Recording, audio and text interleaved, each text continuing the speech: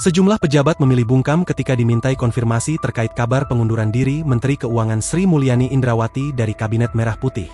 Kabar ini mencuat ketika Sri Mulyani menemui Presiden Prabowo Subianto di Hambalang, Bogor. Kabar juga beredar setelah rumah Sri Mulyani di Bintaro, Tangerang Selatan dijarah masyarakat pada Minggu, 31 Agustus 2025, dini hari. Wakil Menteri Keuangan Thomas Djuwandono memilih bungkam ketika diminta konfirmasi oleh wartawan mengenai kabar tersebut. Nanti setelah rapat kabinet, ujar Thomas di Istana Kepresidenan, Minggu. Demikian juga dengan Wakil Menteri Keuangan Suhasil Nazara dan Menteri Koordinator Bidang Perekonomian Airlangga Hartarto pada kesempatan yang sama. Kita rapat dulu ya, terima kasih, kata Suhasil. Belum saya dengar, terima kasih ya, ucap Airlangga. Kompas.com juga telah mengkonfirmasi kabar ini ke Kepala Biro Komunikasi dan Layanan Informasi, Denny Surjantoro sejak Minggu pagi. Namun hingga berita ini ditulis belum mendapat jawaban.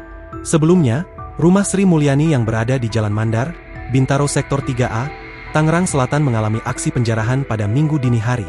Menurut Olaf, salah satu warga di Mandar, rumah tersebut pada dasarnya tidak ditempati Sri Mulyani. Sehingga saat aksi penjarahan Sri Mulyani dan keluarga tidak di rumah. Ini rumahnya emang nggak ada orang. Kosong, cuma barangnya doang. Orangnya gak sempet tinggal di sini, ujar Olaf ditemui di lingkungan rumah Sri Mulyani. Menurutnya, meski tidak ditinggali oleh keluarga Sri Mulyani, namun rumah ini tetap dihuni oleh penjaga atau pembantu. Yang nempatin cuma yang jaga doang, pembantu, ucapnya.